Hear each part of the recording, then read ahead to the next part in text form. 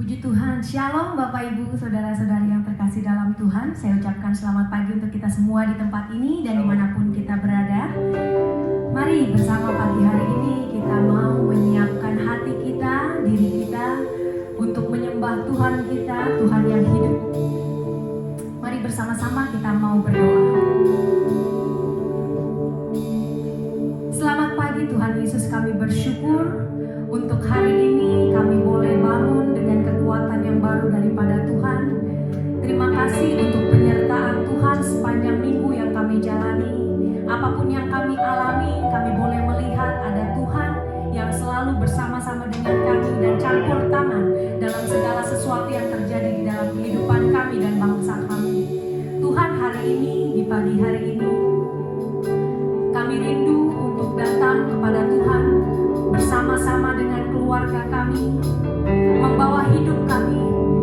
Biar kiranya Tuhan, setiap pujian penyembahan yang kami naikkan di hadapan Tuhan menjadi sesuatu yang berkenan kepadamu dan Engkau disenangkan melalui pujian kami. Biar hidup kami sungguh-sungguh menjadi sesuatu yang menyenangkan hati Tuhan. Terlepas dari segala kelemahan kami bersyukur Engkaulah yang menjadi kekuatan di dalam kehidupan kami. Kami percaya hari ini Tuhan ada bersama-sama dengan kami, Tuhan menyertai kami, dan kerinduan kami Engkau berbicara kepada kami Tuhan melalui kebenaran firman.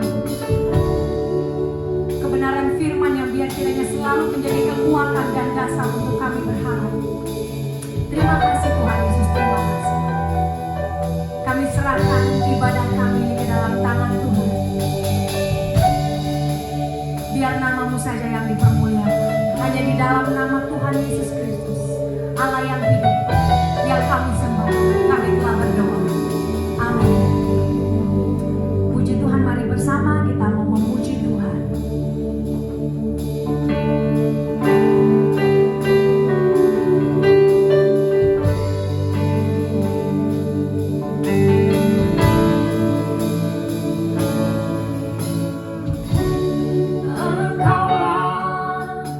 Perisaiku,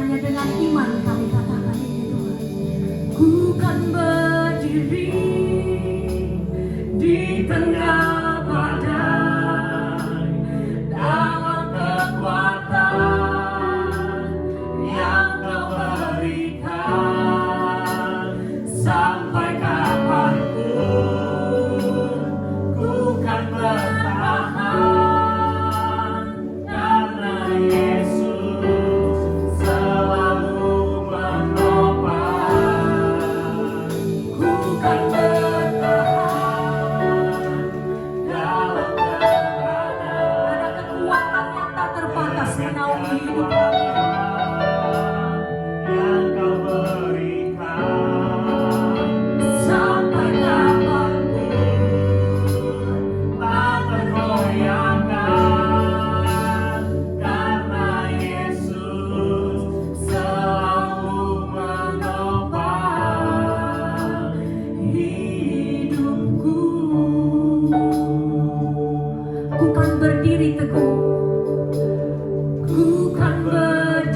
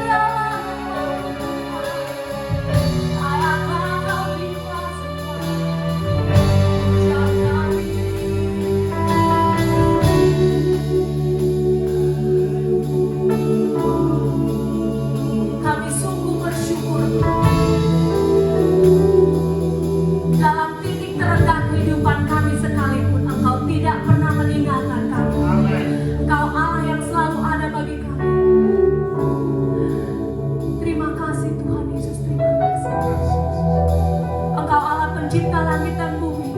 Engkau yang berkuasa atas segala sesuatu dalam hidup kami.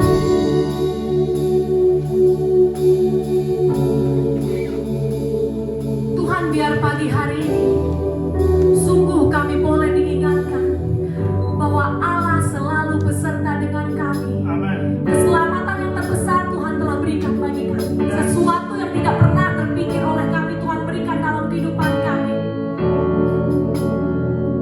Firman-Mu berkata tidak ada sesuatu yang baru di bawah kolong langit ini. Oleh sebab itu, apapun yang saat ini kami alami, segala masalah, persoalan, kekhawatiran kami tahu Engkau Allah perisai kami, Engkau yang menopang kami, menolong kami menjalani segala sesuatu.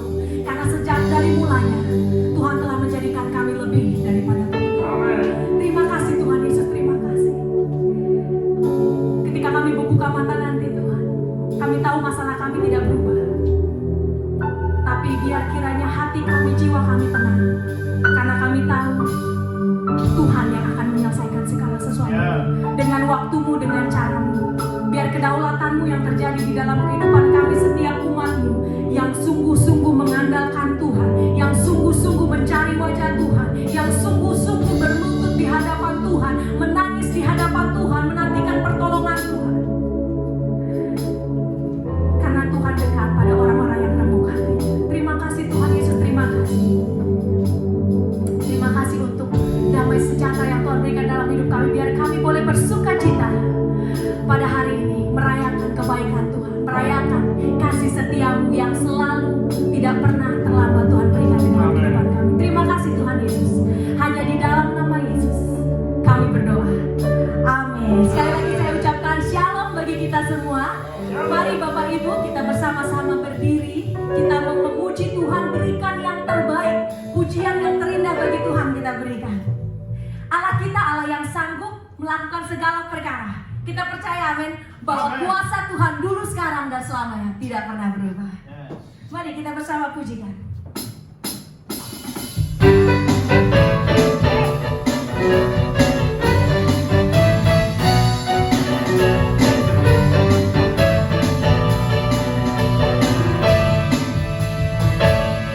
Apa yang pernah dilihat mata, amin.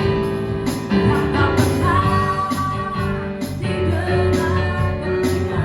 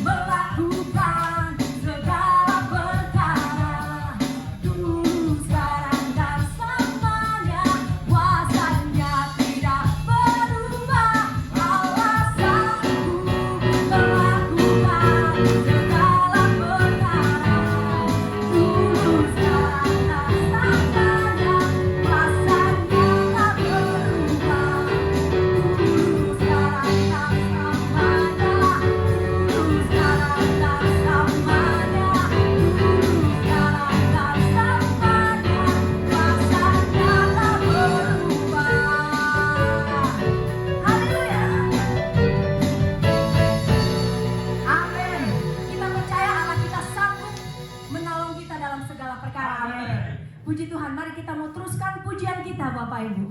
Dia Allah yang benar, Allah yang selalu bersama kita dan tidak pernah meninggalkan. Kita pujikan kau gunung batu dan kota benteng.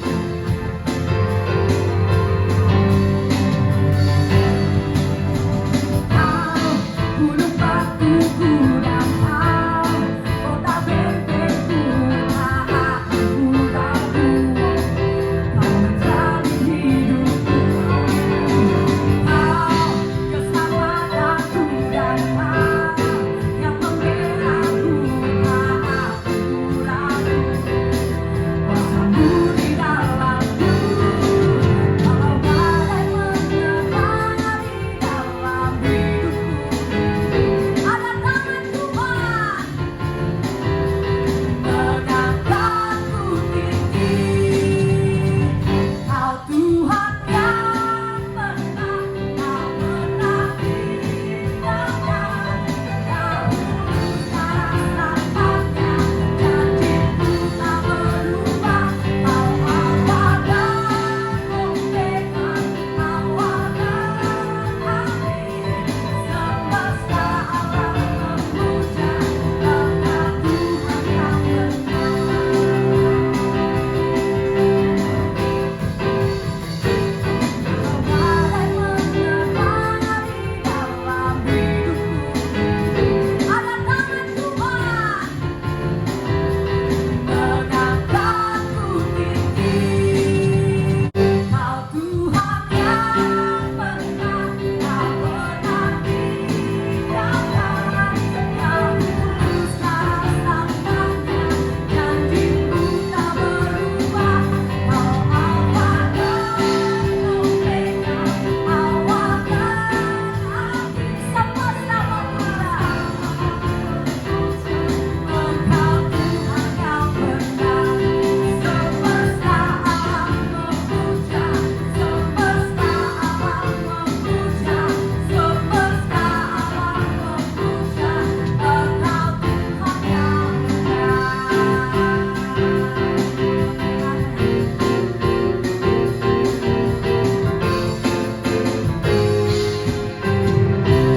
Haleluya, puji nama Tuhan.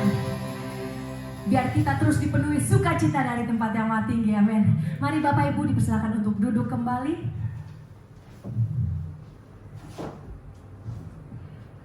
Puji nama Tuhan. Mari kita bersama-sama menyiapkan hati kita untuk disegarkan kembali oleh kebenaran firman Tuhan.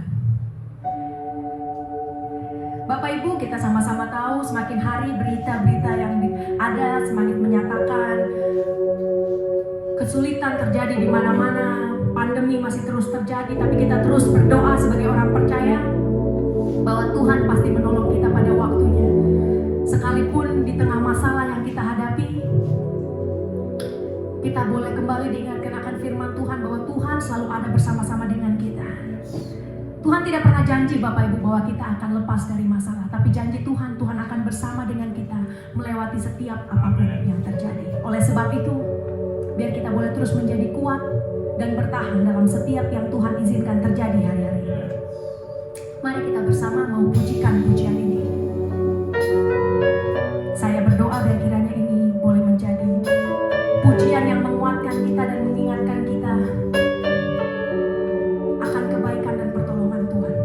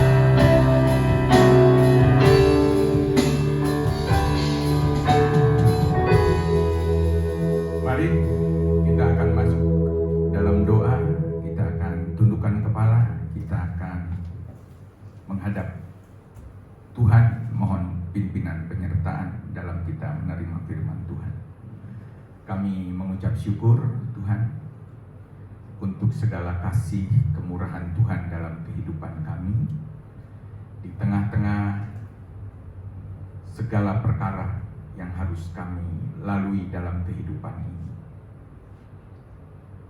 Kami tetap percaya tangan Tuhan menopang kehidupan kami.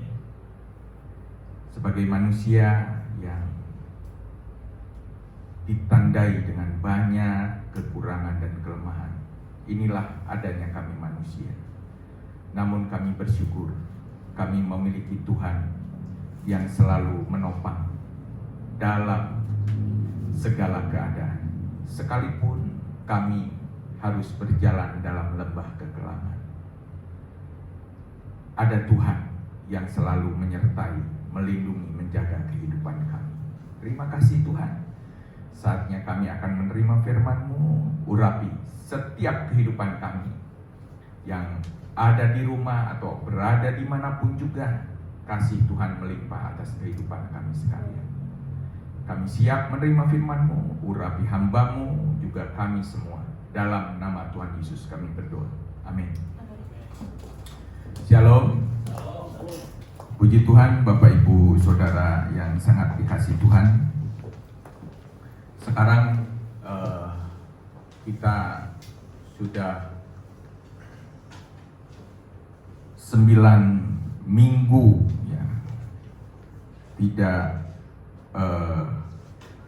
mengalami ibadah dalam persekutuan bersama-sama ya. Kita hanya melalui media online ini, tetapi apapun yang terjadi saudara, saya percaya tetap saudara kuat dalam Tuhan, saudara tetap setia kepada Tuhan, dan kita akan selalu menikmati bagaimana saudara sekalian kekuatan yang dari Tuhan itu melimpah atas kehidupan kita sekalian. Ya, dalam menghadapi dunia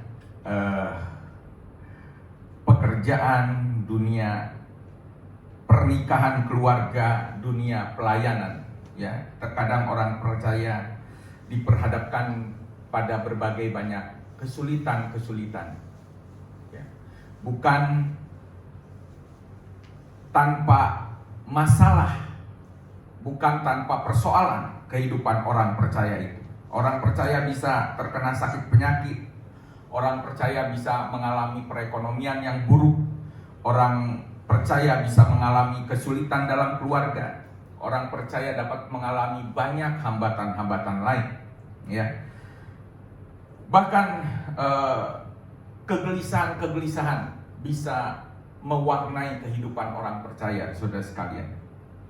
Nah, pada saat ini saya ingin mengajak kepada Bapak Ibu saudara sekalian untuk kita menyadari betapa rentannya kehidupan kita dan betapa lemahnya hidup kita sebagai manusia sebenarnya. Oleh karena itu, satu pernyataan yang disampaikan oleh Rasul Paulus, saudara sekalian, yang sangat indah sekali. Ini yang akan kita sama-sama renungkan, di mana Rasul Paulus mengatakan, saat aku lemah, di sanalah aku kuat. Ya, sesuatu yang anomali, saudara sekalian. Ya. Kok dalam kelemahan disitulah ada kekuatan. Ya. Sesuatu yang kontradiktif rasanya, di mana orang yang lemah itu justru di sana muncul kekuatannya. Tetapi itu yang disampaikan oleh Rasul Paulus, saudara sekalian. Kalau kita memperhatikan 2 Korintus pasal 12, coba saya ingin kita membaca sebenarnya dari ayat yang pertama, tapi akan kita lihat, saudara sekalian, 2 Korintus pasal 12, 2 Korintus pasal 12 ayat 1-10, tapi saya ingin kita membaca ayat 10-nya saja terlebih dahulu, saudaranya. Perhatikan demikian bunyi firman Tuhan. Karena itu aku senang dan rela di dalam kelemahan, di dalam siksaan, di dalam kesukaran, di dalam penganiayaan dan kesesakan oleh karena Kristus. Sebab Jika aku lemah, maka aku kuat. Wow, luar biasa saudara. Sebuah pernyataan di mana seakan-akan bertolak belakang dari apa yang diharapkan oleh manusia. Di mana orang-orang mengharapkan sesuatu kenyamanan, kesenangan, kebahagiaan, jauh dari penderitaan. Tetapi di sini saudara, Rasul Paulus mengatakan, karena itu aku senang dan rela. Ikhlas rela itu. Menerima dengan apa adanya dan bersyukur begitu. Tentang apa? Tentang kelemahan-kelemahannya dia. Tentang apa saudara? Tentang dia harus mengalami siksaan. Ya. Dicambuk, dipenjara, disiksa, dianiaya dan sebagainya saudara sekalian. Di dalam kesukaran dan di dalam penganiayaan serta kesesakan. Bukankah ini sebenarnya yang dijauhi oleh banyak orang? Bahkan boleh saya katakan semua orang. Ya. Tidak ada manusia yang ingin hidup menderita. Tidak ada seorang pun manusia yang ingin susah. Ya. Nggak akan ada yang rela begitu. Oleh karenanya kita menyekolahkan anak-anak kita, saudara, di sekolah yang terbaik, di tempat yang terbaik. Harapannya apa? Supaya hidup mereka nyaman, tidak mengalami kesusahan, jauh dari penderitaan, begitu. Ya, tetapi di sini Rasul Paulus mengajarkan kepada kita, aku senang, aku rela. Di dalam kelemahan, di dalam siksaan, di dalam kesukaran, di dalam penganiayaan, di dalam kesesakan. Karena apa? Karena Kristus. Bukan karena apa? Karena Kristus. Oleh karena itulah Rasul Paulus mengatakan, kalau toh itu semua penderitaan yang dialami karena Kristus, jangan dilupakan. Karena Kristus. Maka aku memang lemah, tapi di sana aku menjadi kehidupan yang kuat. Apa maksudnya saudara sekalian? Menarik sekali. Sebuah kalimat yang kontradiksi sebenarnya. Tetapi mengandung sebuah makna yang begitu indah. Ya. Oleh karena itu saya ingin kita merenungkan saudara sekalian dalam surat 2 Korintus pasal 12 ayat 1 sampai 10 ini. Apa sih yang dimaksudkan oleh Rasul Paulus? Yang pertama saudara, yang dimaksudkan oleh Rasul Paulus yaitu bahwa setiap kehidupan orang percaya harus menyadari bahwa kita memiliki tanggung jawab. Ini yang pertama saudara. Ya. Setiap kehidupan orang-orang yang percaya kepada Kristus, orang-orang yang mengasihi Kristus adalah orang-orang yang harus memiliki tanggung jawab. Ya. Coba kita perhatikan kalau saudara membaca ayat ini, saudara sekalian, Anda perhatikan demikian. Kita naik ke atas. Ya. Ayat yang pertama saya ingin bacakan saudara. Aku harus bermegah sekalipun memang hal itu tidak ada faedahnya. Namun demikian aku hendak memberitakan penglihatan dan pernyataan-pernyataan yang kuterima dari Tuhan.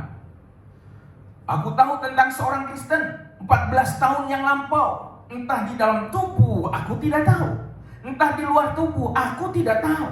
Allah yang mengetahuinya. Orang itu tiba-tiba diangkat ke tingkat yang ketiga dari sorga. Aku juga tahu tentang orang itu, entah di dalam tubuh, entah di luar tubuh aku tidak tahu. Allah yang mengetahuinya.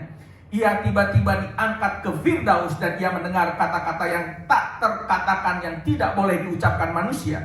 Atas orang itu aku hendak bermegah, tetapi atas diriku sendiri aku tidak akan bermegah selain atas kelemahanku. Ya. Saudara, Rasul Paulus di sana mengatakan bagaimana bahwa dia mengalami atau dia, saudara sekalian, mendapatkan penglihatan bahwa ada orang yang diangkat sampai ke sorga tingkat ketiga. Nah, apakah orang itu diangkat dengan tubuhnya atau hanya rohnya, kata Rasul Paulus? Aku nggak tahu, cuma Tuhan yang tahu katanya. Tetapi dengan hal ini sebenarnya Rasul Paulus ingin memberitakan kepada banyak orang, kepada orang-orang percaya, bahwa sorga itu sebuah fakta, sebuah kenyataan, bukan dongeng. Kenapa demikian? Karena Rasul Paulus sebenarnya ingin menyampaikan sebuah kekuatan bagi jemaat yang saat itu sedang mengalami tindasan, tekanan, hal-hal yang berat. Saudara sekalian, bagaimana mereka selalu diintimidasi oleh kelompok yang namanya mayoritas pada waktu itu. Oleh karena itulah Rasul Paulus, saudara sekalian, menyatakan bahwa kita memang di dunia ini mengalami banyak perkara, banyak penderitaan. Karena apa? Karena Kristus. Tapi jangan sampai kita ini menjadi lemah. Bahwa sorga itu adalah nyata. Sorga itu bukan kisah dongeng.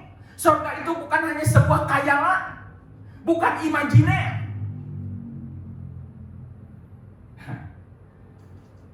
Ini Rasul Paulus sampaikan.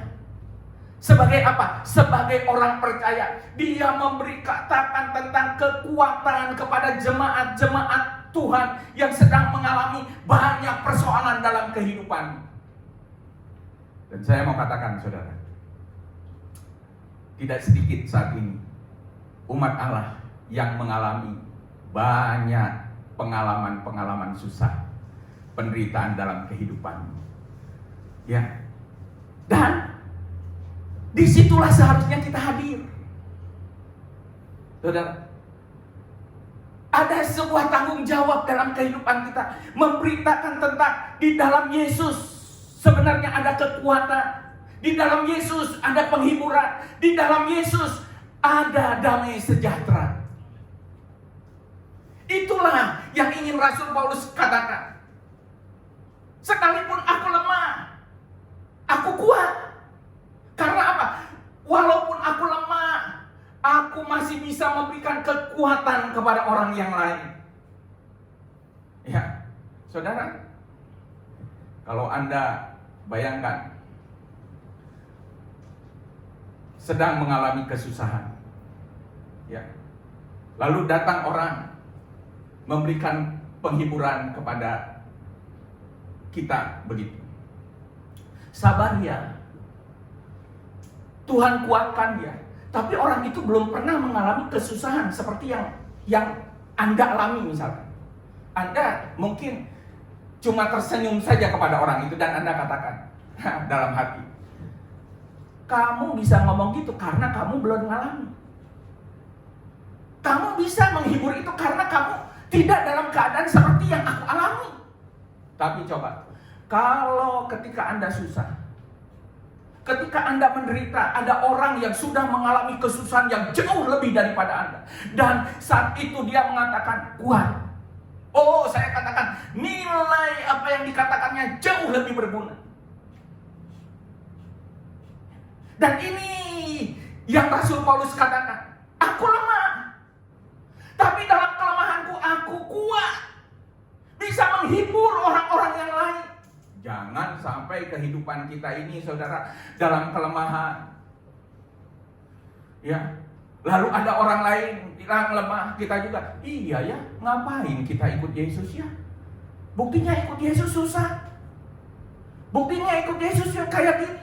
Bukannya kita memberi kekuatan, bukannya kita membangun, bukannya kita memberikan dukungan, dorongan rohani. Malah kita ikut-ikut, saudara, menenggelamkan banyak rohani orang-orang percaya. Oleh karena itu Rasul Paulus katakan, percayalah, aku tahu ada seseorang yang sudah diangkat, melihat surga itu nyata. Kita memang banyak menderita di dunia ini. Aku gak mau bermegah Dia nggak mau menjadikan, itulah aku. Aku sudah naik sampai Firdaus, diangkat. Oh, dia tidak katakan itu. Ada seseorang,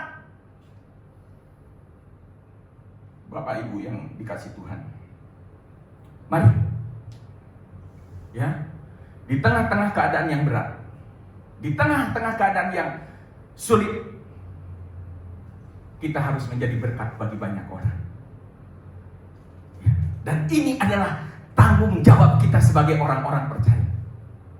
Bukan justru menakut-nakuti orang lain, bukan justru melemahkan orang lain, bukan justru membuat orang lain kecewa dengan keadaan.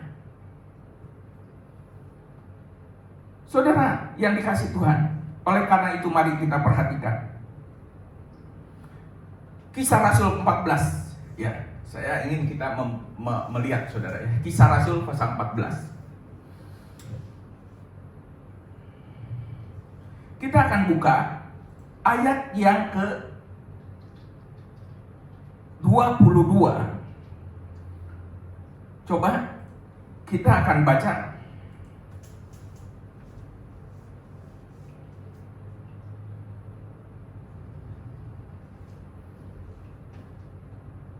Kisah Rasul pasal 14 ayat 22. Demikian bunyi firman Tuhan. Di tempat itu mereka menguatkan hati murid-murid itu dan menasihati mereka supaya mereka bertekun dalam iman dan mengatakan bahwa untuk masuk ke dalam kerajaan Allah kita harus mengalami banyak sengsara. Untuk masuk ke Firdaus, untuk masuk ke sorga, untuk masuk kerajaan Allah, sorga itu ada, sorga itu nyata. Tetapi untuk masuk ke sana, betul, kita sebagai orang percaya bukan berarti kita bebas dari masalah, bukan berarti bebas kita dari persoalan. Oh, kalau ikut Yesus nggak ada masalah. Oh, kalau ikut Yesus semuanya jalan lancar. Di sini Rasul Paulus bersama dengan Barnabas, saudara, menguatkan hati murid-murid. Karena apa? Itu dia menyadari sebagai seorang hamba Tuhan punya tanggung jawab, yaitu saudara sekalian, dia menjadi berkat dimanapun dia berada. Dan ini saya ingin sampaikan kepada kita semua, saudara. Ya, ayo kita saling memberikan kekuatan, kita saling mendukung satu dengan yang lain, kita saling mensupport. Yang kita sampaikan adalah firman Tuhan, bukan hal-hal yang membuat orang lain kecewa dengan keadaan, lemah dan sebagainya. Tapi mari saudara, firman Tuhan katakan, ya, di tempat itu mereka menguatkan hati murid-murid dan menasihati mereka supaya mereka bertekun dalam iman. Inilah tanggung jawab kekristenan kita. Saling menguatkan. Mungkin ada di antara rekan-rekan kita yang sekarang ini sedang lemah. Mungkin ada teman-teman kita, saudara-saudara kita yang sekarang imannya sedang drop. Ayo, hadirlah Anda sebagai seorang utusan Kristus, memberikan kekuatan kepada yang lemah, memberikan dorongan kepada yang saat ini sedang mandek rohaninya, memberikan support, dukungan. Ya, tidak mudah hal ini saudara, tetapi kita belajar. Inilah tanggung jawab kehidupan orang yang percaya. Yang kedua saudara, ketika aku lemah, aku kuat. Apa maksudnya saudara? Selain kita memiliki tanggung jawab sebagai orang yang percaya, hal yang kedua yang ingin saya sampaikan adalah, mari kita menikmati pengalaman berjalan bersama dengan Tuhan. Oh, luar biasa. Aku lemah, tapi justru aku kuat. Karena apa? Karena di sana aku menikmati pengalaman perjalanan bersama dengan Kristus. Itu sesuatu hal yang luar biasa. Ya. Kenapa saudara? kita perhatikan. Ya. Ayat yang ke-7 dalam 2 Korintus pasal 12 tadi. Perhatikan saudara.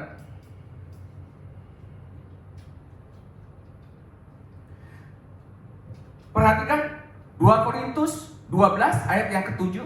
Dan supaya aku jangan meninggikan diri karena pernyataan-pernyataan yang luar biasa itu, maka aku diberi suatu duri dalam dagingku, yaitu seorang utusan iblis untuk menggocoh aku supaya aku jangan meninggikan diri. Saudara, coba kita lihat siapa Rasul Paulus ini. Sejak awal kehidupannya sudah menjadi sebuah berita viral pada waktu itu. Dia adalah musuh umat Tuhan. Dia musuh orang-orang Kristen. Di mana dia dengar orang Kristen berada, dibunuh, dikejar, ditangkap. Tapi pengalaman perjumpaan dengan Tuhan di Damsyik, saudara, ya, saat dia berjalan itu, ada sebuah sinar dan berkata yang dia dengar pada waktu itu, Saulus, Saulus, kenapa engkau aniaya aku? Siapa engkau Tuhan? Ya. Aku belum pernah menganiaya engkau, belum. Dan suara itu begitu jelas, saudara.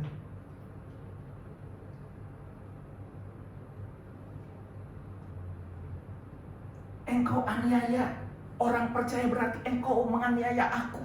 Wah, ini kekuatan dalam kehidupan kita seharusnya, saudara. Ya, bahwa penderitaan yang kita alami juga sebenarnya dirasakan oleh Yesus. Makanya Alkitab mengatakan luar biasa, saudara. Kita punya Allah yang sudah jadi manusia, mengalami segala kelemahan, mengalami segala penderitaan. Dia tahu apa yang menjadi penderitaan manusia, dia sudah rasakan, saudara. Ya. Manusia lapar. Oh, Yesus pernah lapar kok. 40 hari puasa. Maka Alkitab katakan laparlah Yesus. Ya. Yesus lelah. Anda lelah, Yesus juga lelah. Sebagai manusia dia pernah mengalami kelelahan, keletihan.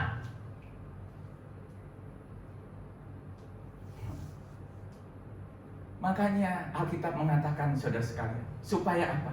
Supaya dia bisa menolong orang-orang seperti kita semua ini yang hidup dalam kelemahan. Dia sanggup. Karena dia Allah yang sudah jadi manusia dan dia merasakan apa yang dialami oleh manusia. Dia bukan Allah yang hanya duduk di singgasana sorga. Sehingga ketika kita berdoa, Tuhan tolong aku lapar, dia bertanya, lapar? Apa itu lapar? Karena Allah yang duduk di singgasana sorga nggak pernah merasakan kelaparan. Bapak, aku letih. Letih?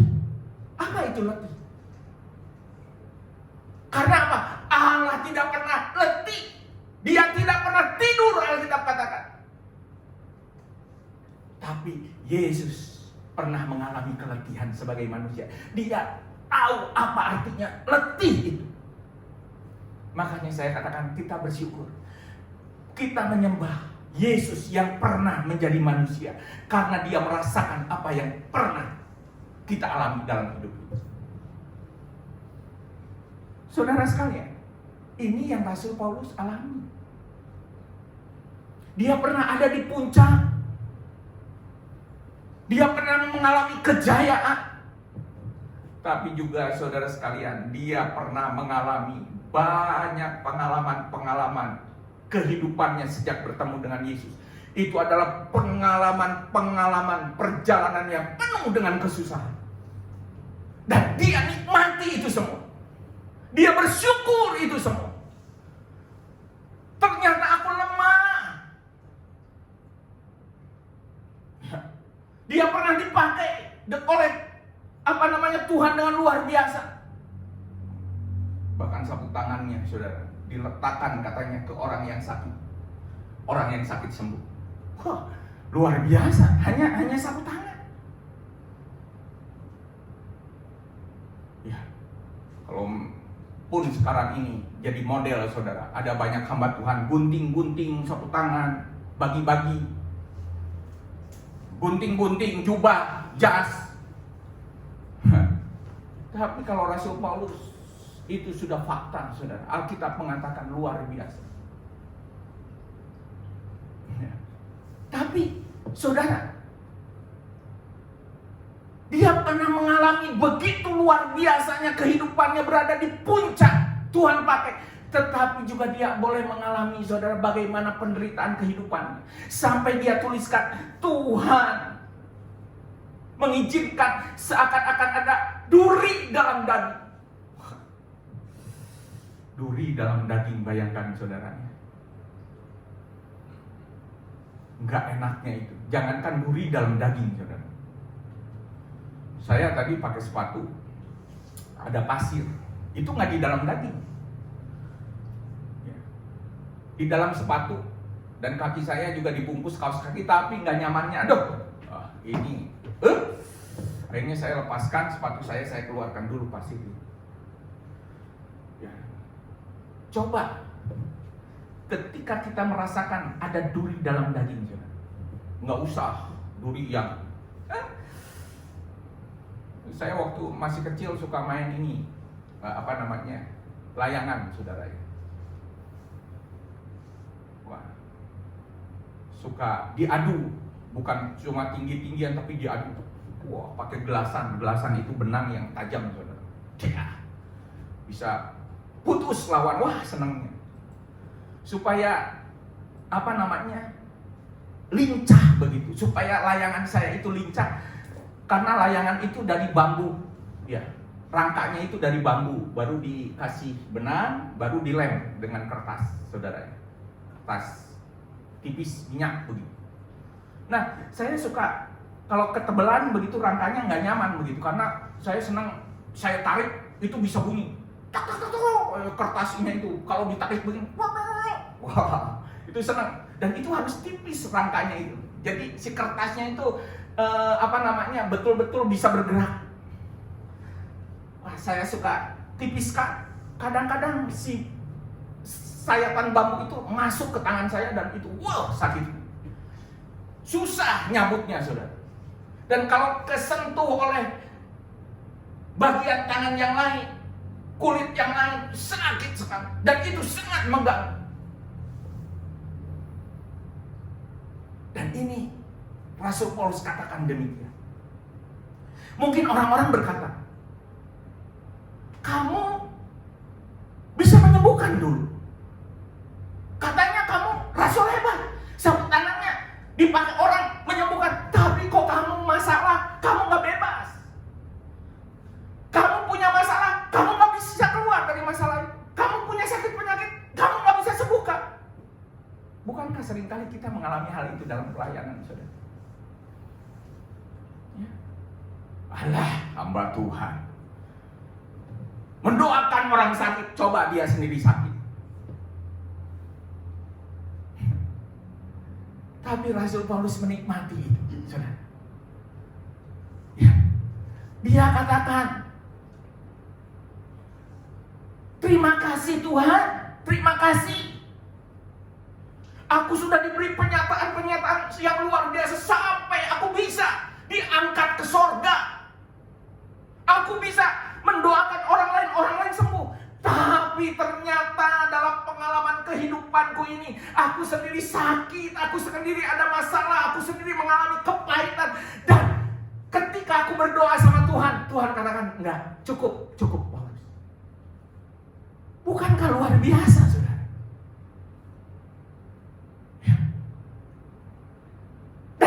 Paulus mengambil sebuah hikmatnya di sana.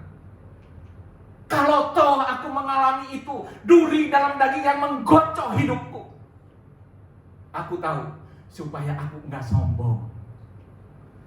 Nah, inilah Rasul Paulus bisa menikmati pengalaman perjalanan dengan Kristus yang luar biasa. Ada saatnya dia di atas, ada saatnya dia di bawah, ada saatnya dia menyembuhkan orang, tapi juga ada saatnya dia sendiri sakit dan tidak bisa apa-apa. Itulah pengalaman kehidupan setiap orang percaya, saudara. Ya. Oleh karena itu Rasul Paulus diajar, ketika sehat jangan sombong, tapi ketika sakit jangan terus-menerus mengeluh. Ketika kaya jangan engkau besar kepala, tapi ketika engkau dalam keadaan melarat, susah, jangan pula engkau menggerutu kepada Allah. Sebenarnya inilah pengalaman perjalanan yang harus kita nikmati ketika kita berjalan dengan Tuhan. Dan sebenarnya Tuhan sudah ajar bagaimana saudara orang Israel berjalan keluar dari Mesir sampai ke tanah perjanjian. Itu sebenarnya hanya bisa dilalui paling lama 40 hari perjalanan.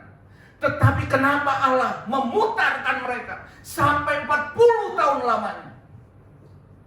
Dan Tuhan katakan, supaya kamu bisa merendahkan hati di hadapan Tuhan. Dan ketika perjalanan 40 tahun itu, orang Israel harus menghadapi banyak suku, banyak tantangan-tantangan yang harus dihadapi. Kekurangan air, kekurangan makanan. Tapi justru di sana dia melihat, atau mereka melihat bagaimana pengalaman-pengalaman itu membuka mata rohani mereka. Sebenarnya Tuhan berkuasa, saudara, dalam segala sesuatu. Saat tidak ada air, batu mengeluarkan air. Saat tidak ada makanan, sorga mengirimkan mana. Ya. Inilah yang saya katakan, sebenarnya dengan pernyataan Rasul Paulus, aku lemah, tapi aku kuat. Karena dengan kelemahan-kelemahan dia melihat bagaimana penyertaan Tuhan, kasih Tuhan, pembelaan Tuhan yang begitu luar biasa dalam kehidupan. Supaya tidak ada seorang pun manusia yang sombong di hadapan Tuhan. Saudara, saya ingat satu kali saya membaca sebuah kisah. Mungkin Anda bisa cari di Google.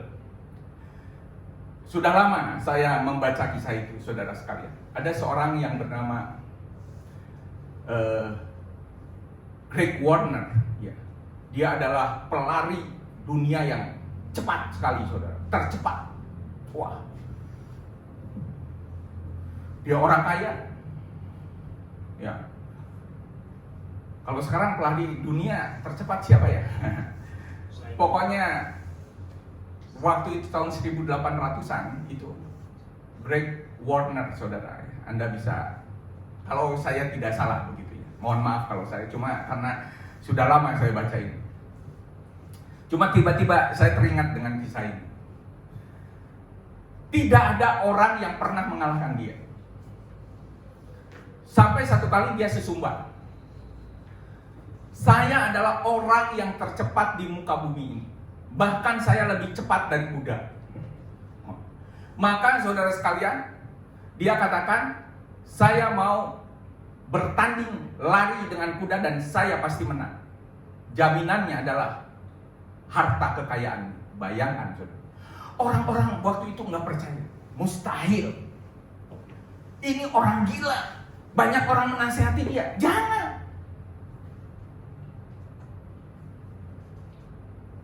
Ya, tapi Rick Warner terus, saudara.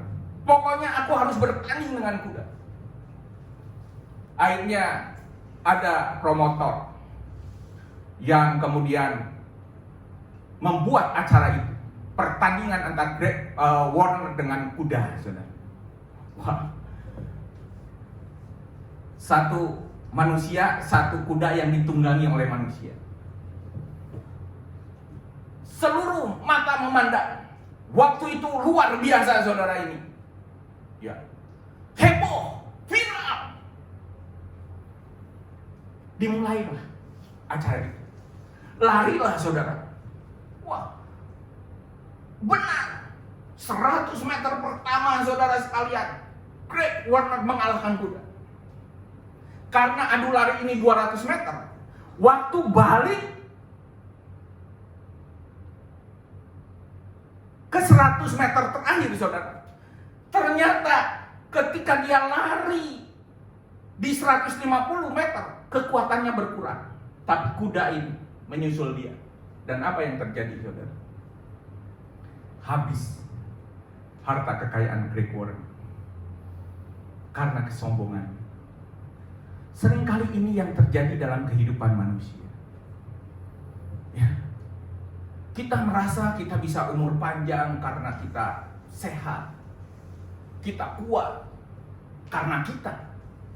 Oh, kita bangga dengan kekayaan kita karena kita merasa diri kita pintar, mampu melakukan segala sesuatu. Kita punya kedudukan, jabatan karena kita merasa kita hebat, punya kekuatan, kekuasaan. Tapi Rasul Paulus katakan saudara,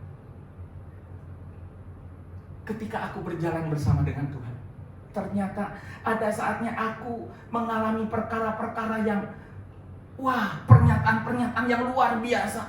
Tapi juga aku boleh mengalami pengalaman-pengalaman yang pahit dalam hidupku ini. Bagaikan duri dalam daging. Dan ketika aku berdoa, Tuhan cabut duri dalam daging ini, Tuhan katakan, enggak apa-apa, nikmati saja, jalani saja. Dan Rasul Paulus katakan, ya Tuhan, kalau toh begini, sudah 3 kali aku berdoa kepadamu dan Engkau katakan cukup, kasih karunia aku cukup kepadamu Paulus, nikmati hidupmu dengan penderitaan itu. Rasul Paulus hanya bisa berkata, terima kasih Tuhan. Saudara, mungkin yang kita alami dalam kehidupan ini, saya mau katakan begitu berat. Ya, tetapi saya mau katakan perjalanan dengan Tuhan itu adalah sesuatu yang kita nikmati. Walaupun dalam banyak kesulitan, banyak badai yang harus kita alami. Coba kita lihat saudara sekalian, 2 Korintus 11 ya, sebelahnya 2 Korintus 11. Saya ingin kita membaca ayat 23 saudara ya. Ini pengalaman Rasul Paulus. 2 Korintus 11 ayat 23.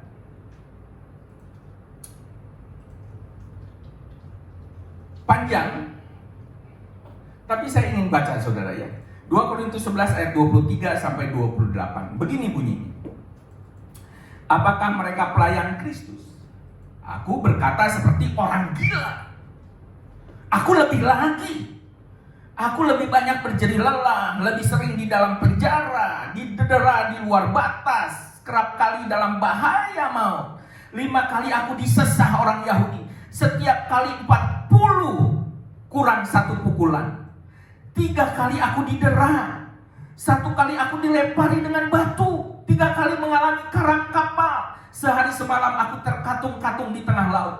Dalam perjalananku aku sering diancam bahaya banjir dan bahaya penyamun, bahaya dari pihak-pihak orang-orang Yahudi dan dari pihak orang-orang bukan Yahudi, bahaya di kota, bahaya di padang gurun, bahaya di tengah-tengah laut, dan bahaya dari pihak saudara-saudara palsu. Aku banyak berjerih lelah dan bekerja berat. Kerap kali aku tidak tidur, aku lapar dan dahaga. Kerap kali aku berpuasa, kedinginan dan tanpa pakaian. Dan dengan tidak menyebut banyak hal lain lagi, urusanku sehari-hari yaitu untuk memelihara semua jemaat-jemaat. Jika ada orang yang merasa lemah, tidakkah aku turut merasa lemah?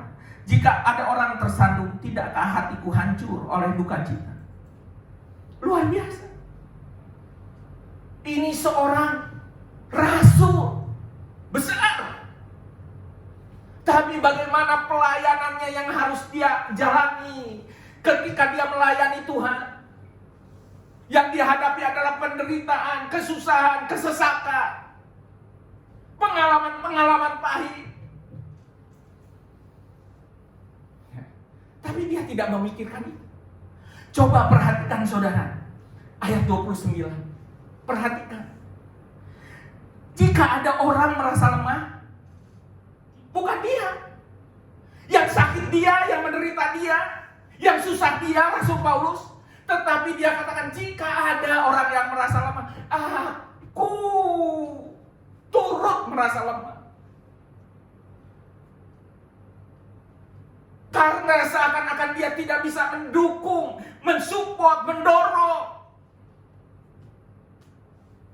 Padahal dia katakan, aku dalam pelayananku mengiring dan berjalan bersama dengan Kristus. Aku ini banyak mengalami kesusahan. Saudara, ya. Oleh karena itu, Bapak Ibu, Saudara yang dikasihi Tuhan dimanapun juga, mari, apapun yang terjadi dalam kehidupan kita, nikmati perjalanan bersama dengan Kristus. Karena perjalanan itu akan membentuk kehidupan kita pada kehidupan yang lebih baik lagi. Itu adalah sesuatu kepastian, saudara. Perjalanan kita bersama Kristus adalah perjalanan yang akan Tuhan bentuk, membentuk karakter kita, membentuk hidup kita, agar semakin hari semakin serupa dengan kehidupan Kristus. Karena itulah panggilan kita, saudara. Ya, segala sesuatu dari Dia. Kalau hidupku bisa melayani oleh karena Dia. Dan segala sesuatunya adalah untuk kemuliaan Dia. Itu saudara sekalian. Ya, nikmati perjalanan kita bersama dengan Kristus. Dari Dia, oleh Dia, dan pada akhirnya segala sesuatunya untuk Dia. Roma 11 ayat 36. Coba kita lihat saudara ya. Roma 11 ayat 36. Ada yang bisa membantu saya membacakan ayat ini? Ayat yang sangat indah sekali, luar biasa bagi saya. Roma 11 ayat 36, demikian firman Tuhan. Sebab segala sesuatu adalah dari Dia, dan oleh Dia, dan kepada Dia. Bagi Dialah kemuliaan sampai selama-lamanya. Iya. Perjalanan kehidupan kita harus kita nikmati. Semuanya dari Tuhan, seizin Tuhan. Kalau kita menderita, saya percaya itu seizin Tuhan. Ya. Untuk apa? Oleh Dia, karena kita akan dibentuk terus. Seperti Rasul Paulus. Oh, hebat. Tapi Tuhan bentuk perjalanan. Bukan hanya Dia bisa menyembuhkan, bukan punya penglihatan yang luar biasa, tapi Tuhan juga kasih sakit penyakit, izinkan itu. Tuhan izinkan sakit penyakit dalam kehidupan. Dan Rasul Paulus katakan, aku mengerti sekarang kenapa aku harus mengalami duri dalam dada, supaya aku nggak sombong. Oh, oleh Tuhan dia dibentuk. Dan pada akhirnya apa? Untuk kemuliaan Tuhan. Bagi Dialah kemuliaan untuk selama-lamanya. Bukan Rasul Paulus lagi. Enggak dia katakan, aku nih hebat, aku nih bisa menyembuhkan, aku nih punya penglihatan, semua orang diajak untuk menyembah Dia. Oh tidak. Dari Dia, oleh Dia, dan segala sesuatu untuk kemuliaan Tuhan. Dan yang terakhir saudara, yang ketiga, kenapa? Jika aku kuat, jika aku lemah, maka aku kuat. Supaya saudara sekalian, kita mengakui bahwa kita sebagai manusia adalah manusia yang lemah adanya. Sekali lagi saya tekankan, mengapa? Ketika aku lemah, maka aku kuat. Supaya kita menyadari bahwa kita sebagai manusia adalah manusia yang lemah adanya. Ya. Manusia yang penuh dengan kekurangan. Tidak ada satupun manusia di dunia ini yang sempurna, nggak ada. Ya. Saya suka nonton melihat film. Saudara sekalian senang film-film kalau superhero begitu. Kadang Spider-Man, wah hebatnya dia, melayang. Tetapi ketika dia menjadi sosok manusia biasa yang bukan Spider-Man, saudara, siapa namanya, Peter, oh dia juga mengalami kelemahan begitu. Itu film, saudara. Hanya film belaka. Bagaimana Superman? Waduh, kuatnya, hebatnya. Tapi kadang-kadang dia mengalami kekalahan juga. Ya. Di sana kita belajar, saudara sekalian, walaupun itu fiksi, tetapi sebuah peristiwa-peristiwa itu menggambarkan kepada kita bahwa tidak ada sebenarnya manusia yang sempurna di atas muka bumi. Sehebat apapun dia. Olehnya, saudara, jangan pernah Tuhan mengajarkan kepada kita mengkultus individukan seseorang, siapapun. Ya. Beliau presiden, kita harus hormati. Tetapi bukan berarti tidak ada kelemahan. Ya. Beliau raja, kita harus hargai. Tapi bukan berarti tidak ada kelemahan. Yang namanya manusia, Roma mengatakan semua orang sudah berbuat dosa dan hilang kemuliaan Allah. Ada kelemahan, aku lemah, maka aku kuat. Kita harus menyadari bahkan kita pun juga lemah ada.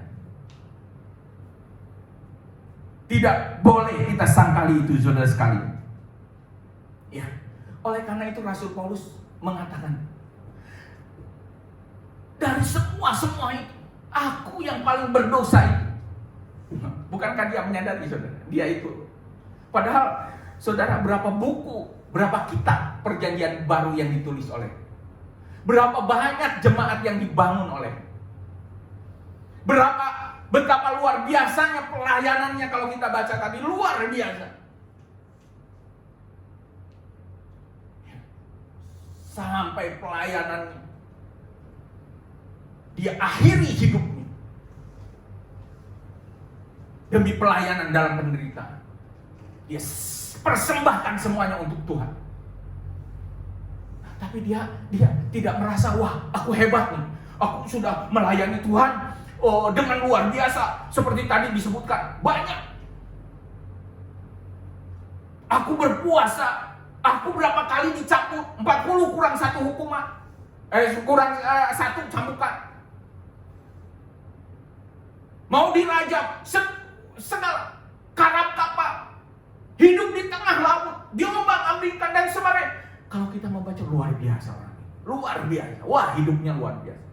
Tapi coba kalau kita membaca, saudara, 1 Timotius pasal 1, 1 Timotius pasal 1 ayat 15.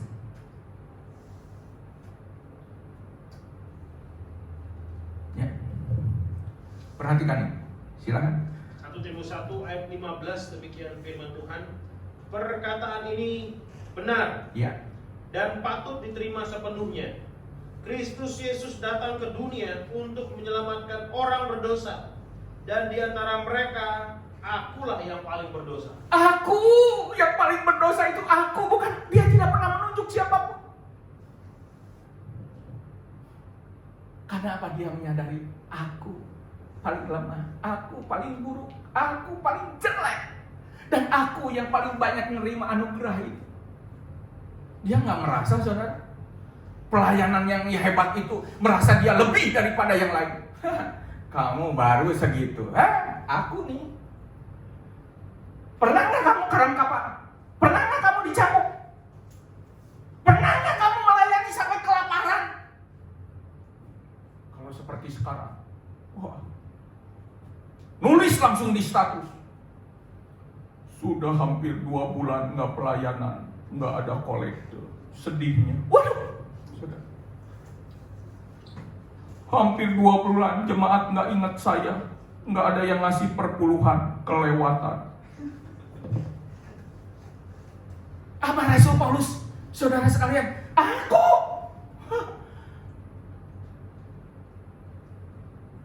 Enggak merasa hebat dia, enggak merasa dia, saudara, dia kan enggak menganggap pelayanan rasul yang lain itu lebih gampang, lebih enak, artinya rohani mereka lebih. Tapi dia menyadari, Tuhan, Engkau sudah menyelamatkan orang-orang berdosa, dan di antara orang yang berdosa itu, yang paling berdosa itu aku, Tuhan. Coba kalau itu dalam kehidupan kita semua, saudara, kita sadar, saya yang paling berdosa, tapi saya yang paling banyak menerima anugerah karena Kristus mau menyelamatkan dosa-dosa. Wah, itu luar biasa, saudara. Mari kita menyadari, ketika kita mengatakan, saat aku lemah, aku kuat. Karena justru di saat paling lemah itu, Tuhan yang menolong aku. Di saat yang paling terpuruk itu, Tuhan yang mengangkat aku. Tidak ada seorang pun yang kuat, yang hebat. Hanya Tuhan yang hebat. Itu sebabnya, saudara, Tuhan tidak pernah memanggil dan memilih orang-orang hebat. Enggak. Tuhan pilih Musa. Tuhan katakan, ayo Musa. Enggak salah, Tuhan. Aku ini enggak pintar ngomong. Tuhan katakan, siapa sih yang buat lidah manusia? Aku ini gagap kalau ngomong. Enggak lancar, Tuhan, yang lain saja. Ketika Tuhan panggil Gideon, hei pahlawan yang gagah berani. Hah? Jangan, Tuhan, aku ini orang paling kecil, dan kaumku juga orang yang kaum yang paling kecil. Jangan. Siapa Maria? Apa hebat? Tapi saya melihat seluruh rencana Allah luar biasa. Tuhan memakai orang-orang yang lemah. Abraham juga adalah orang yang lemah, penuh ketakutan ketika dia bertemu, saudara sekalian, dengan raja. Dia katakan, aduh, itu bukan istriku. Tapi saya melihat, saudara sekalian, Tuhan justru memanggil orang-orang yang lemah, orang-orang yang tidak ada kekuatan. Tuhan pakai. Karena apa? Karena mereka menyadari dirinya bahwa mereka itu lemah, tidak berdaya. Dan Tuhan mereka adalah Tuhan yang kuat, yang tidak pernah membutuhkan orang-orang hebat, orang-orang kuat. Kalau Tuhan memakai hanya orang-orang kuat, orang-orang pintar, orang-orang hebat, apa hebatnya Tuhan kita? Memang dia udah pintar kok. Memang dia udah manusia, sudah hebat kok. Tapi justru saya melihat di Alkitab, Tuhan memakai orang-orang kecil, orang-orang bodoh, orang-orang lemah. Coba kita baca, saudara sekalian. Ya, saya ingin kita membaca 1 Korintus 1. Suratan 1 Korintus pasal 1, saudara ya. 1 Korintus pasal 1 mulai ayat 27. Saya tiba-tiba ingat ini, makanya tidak ada di situ, tapi saya ingat ini. Mari kita baca 1 Korintus 1 ayat 27 sampai 29. Sampai 29 firman Tuhan. Tetapi apa yang bodoh bagi dunia dipilih Allah untuk memalukan orang-orang yang berhikmat, dan apa yang lemah bagi dunia dipilih Allah untuk memalukan apa yang kuat. Ya, yang lemah dipilih untuk memalukan yang kuat. Terus Tuhan panggil Daud untuk mengalahkan Goliat. Daud lemah, tapi Goliat kuat, kalah. Terus, Dan apa yang tidak terpandang dan yang hina bagi dunia dipilih Allah. Bahkan apa yang tidak berarti dipilih Allah untuk meniadakan apa yang berarti. ayat 29. Supaya jangan ada seorang manusia pun yang memegahkan diri di hadapan Allah. Ini tujuan. Aku lemah, maka aku kuat. Supaya dengan kekuatanku itu aku jangan sombong. Supaya dengan kemampuanku aku jangan memegahkan diri. Supaya dengan kebisaanku aku tidak besar kepala. Semuanya adalah Tuhan, dari Tuhan, oleh Tuhan, dan untuk kemuliaan Tuhan. Kita semua manusia yang lemah. Jangan kita merasa hebat dengan kekayaan Anda. Dunia mengatakan di atas langit masih ada langit. Tapi juga jangan pernah minder. Aduh, saya miskin. Di bawah bumi masih ada kolong bumi lagi. Tapi kita menyadari diri kita benar, Tuhan, aku lemah. Aku hanya bisa bergantung kepada Tuhan. Aku hanya bisa berharap kepada Tuhan. Aku hanya mau mengandalkan Tuhan. Saudara, ya, hanya Tuhan yang hebat. Dan Dia bisa memilih orang-orang yang bodoh, orang-orang yang tidak berarti, yang tidak dipandang oleh manusia, orang-orang yang lemah, untuk mempermalukan orang-orang yang hebat, yang kuat, yang bijaksana. Ya, kekuatan Goliat yang luar biasa dikalahkan oleh kelemahannya Daud. Engkau membawa pedang, aku hanya membawa nama Tuhan. Daud cuma mengandalkan Tuhan.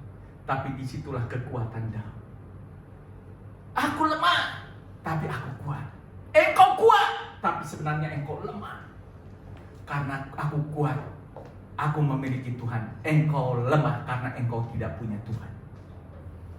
Oleh karena itu saudara, mari kita sadari bahwa kita ini manusia lemah.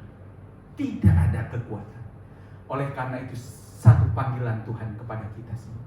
Marilah kepada semua yang letih, lesu dan berbeban berat. Orang-orang yang lemah, mari semua, kata Tuhan. Karena aku akan datang dan memberikan kelegaan kepadamu. Hanya akui bahwa dirimu sebenarnya tidak ada apa-apa. Mari kepada semua yang letih, lesu dan berbeban berat. Engkau yang sedang mengalami kelemahan saat ini, mari datang kepada Yesus. Tuhan, aku nggak sanggup lagi. Gimana Tuhan? Keadaan usahaku, aku nggak sanggup lagi Tuhan. Hutangku begitu banyak. Aku lemah sekarang ini. Aku nggak sanggup lagi Tuhan. Nggak tahu berapa lama lagi masalah ini. COVID-19 ini akan berlangsung. Aku sudah tidak ada daya. Ada sebuah tawaran dari Tuhan. Mari kita bangkit berdiri bersama-sama. Kita akan bacakan Matius 11 ayat 28. Matius 11 ayat 28 kita baca bersama-sama. Ya, 1, 2, 3. Marilah kepadaku Semua yang letih, lesu dan berbeban berat, aku akan memberi kelegaan kepadamu. Mari saudara, ada Yesus yang akan memberikan kelegaan bagi setiap orang yang saat ini sedang mengalami kelemahan. Tuhan memanggil kita sekalian. Tuhan Yesus memberkati. Mari kita akan menyanyikan sebuah pujian.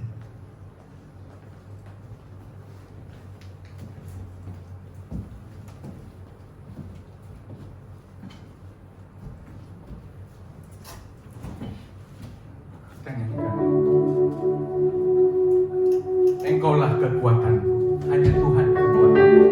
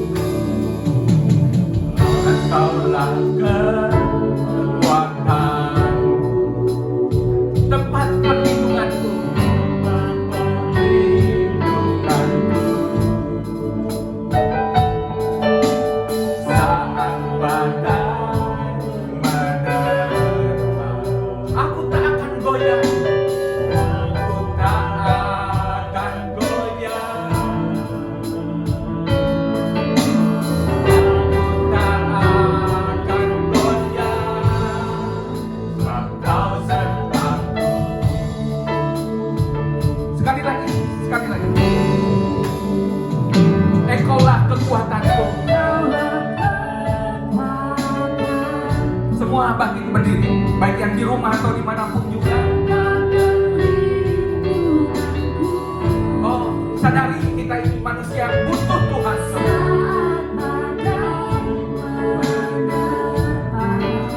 Aku tak akan goyah.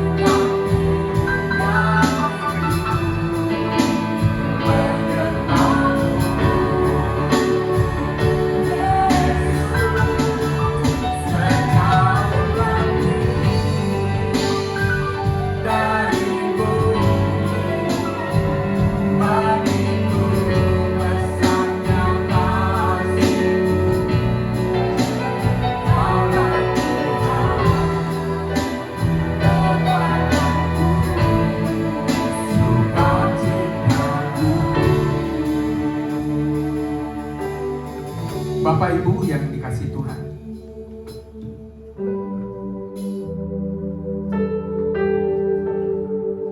di tengah-tengah keberadaan kita yang sedang mungkin dilingkupi oleh banyak masalah dalam kehidupan ini, mari saudara,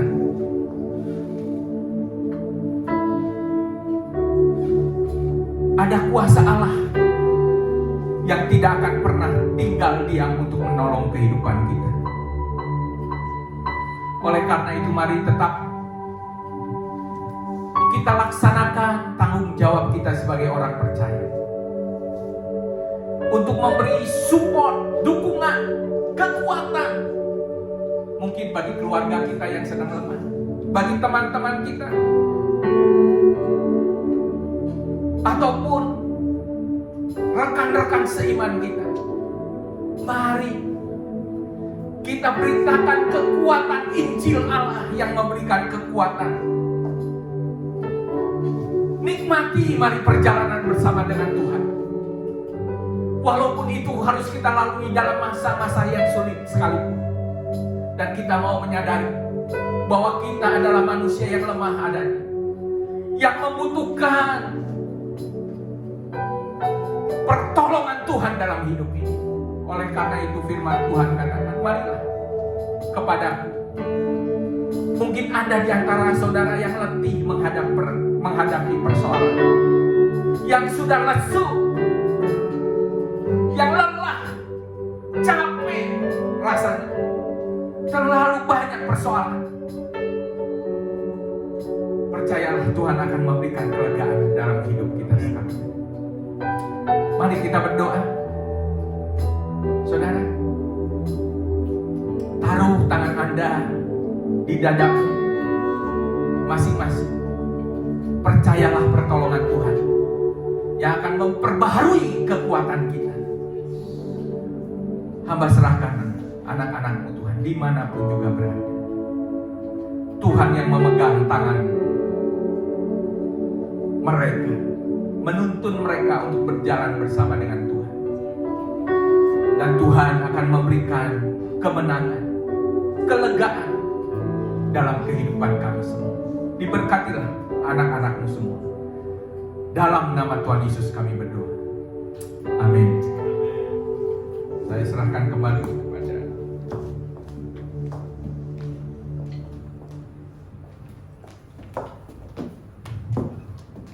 Puji nama Tuhan. Terima kasih untuk Bapak Gembala untuk penyampaian firman Tuhannya, dan kita bersyukur kepada Tuhan untuk setiap perwahyuan yang Tuhan berikan melalui hamba-Nya.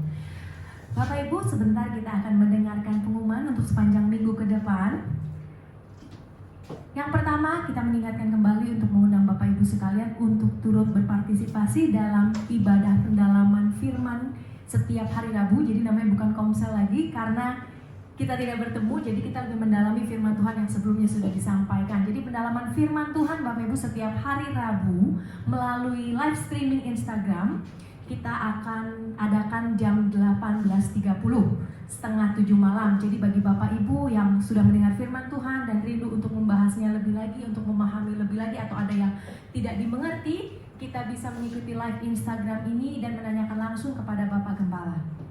Selanjutnya untuk ibadah youth setiap hari Sabtu melalui Facebook. Kita juga live Facebook untuk para pemuda-pemudi Kristus Pembela. Kita adakan setiap hari Sabtu live streaming Facebook jam 7 malam. Nanti pemberitaan lebih lanjut jika ada perubahan melalui grup youth. Kemudian hari Minggu untuk pada tanggal 24 Mei ibadah raya melalui Facebook dan YouTube Bapak Ibu. Jadi untuk Facebook dan YouTube kita sudah menyediakannya. Juga dilanjutkan pada pukul 11 untuk ibadah, untuk 11.30 ibadah sekolah minggu. Jadi ibadah sekolah minggu live streaming jam 11.30 dan ibadah raya pada pukul 9 pagi. Demikian, dan kami mengucapkan selamat ulang tahun pernikahan juga bagi Bapak Ibu yang merayakannya di minggu ini. Demikian pengumuman untuk kali ini. Tuhan Yesus memberkati. Saya mengundang untuk setiap kita boleh bersama-sama berdiri untuk berdoa dan menyambut doa berkat dari Bapak Gembala.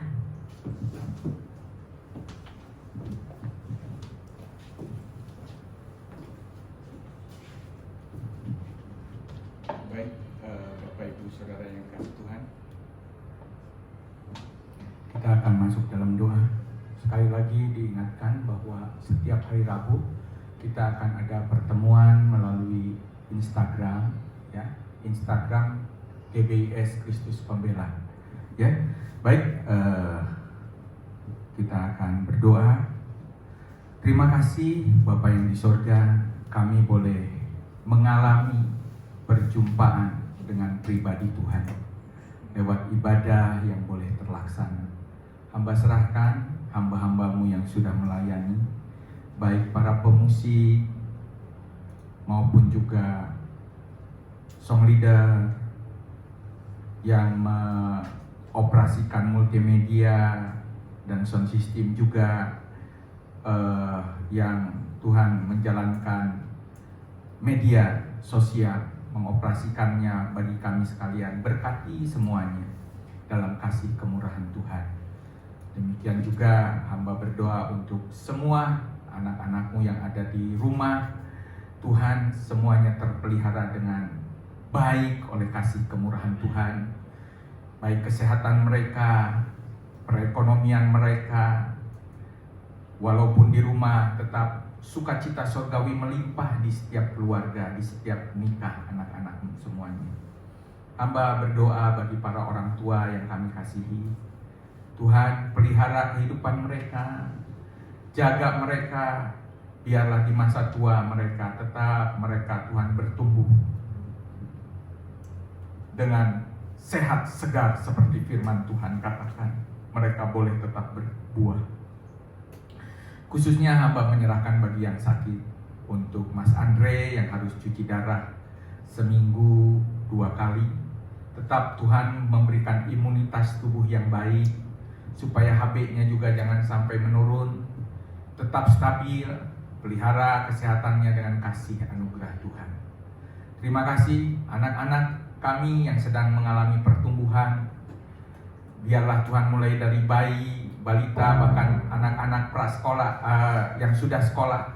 Tuhan, walaupun mereka sudah 2 bulan lamanya harus tinggal di rumah dan membuat Tuhan mungkin jenuh dan sebagainya, biarlah mereka boleh tumbuh dengan baik Tuhan, secara fisik, mental maupun rohani, semuanya dalam pemeliharaan Tuhan.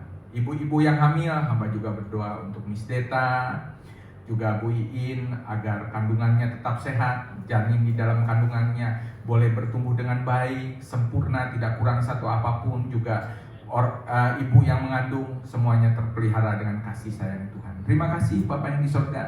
Hamba berdoa untuk pemerintahan kami Indonesia, supaya pemerintahan kami boleh Tuhan mengambil keputusan-keputusan yang tepat, baik mengenai COVID-19 ini, supaya bisa segera terkendali Tuhan, agar grafiknya yang terkena COVID-19 ini semakin menurun, semakin berkurang, sehingga Tuhan, pemerintah kami boleh Tuhan menata kembali keadaan di negeri ini.